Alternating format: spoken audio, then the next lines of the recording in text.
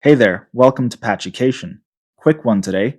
Something that really bugs me is this line that Russia defenders use where they claim that sending military aid to Ukraine to help the country defend itself against Russian aggression is the pro-war position.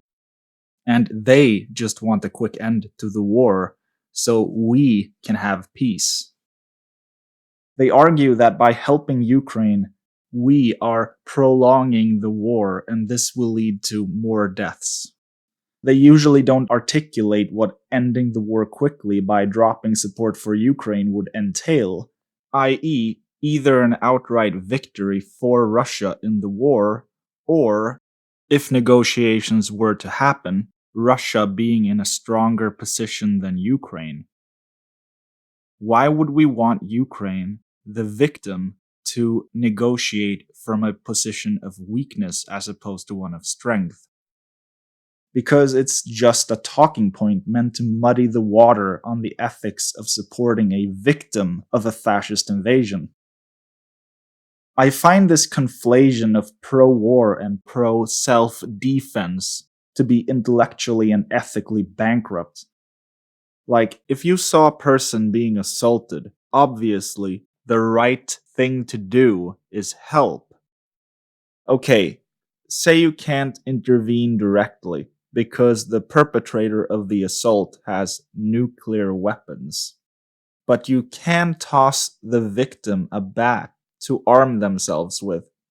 Pro-Russian propagandists and apologists would pop up and go, "Oh, so you're just pro-violence then? Don't you see that this is prolonging the assault?" Me, myself, personally, I am anti-violence, so I want an expedient end to this violence.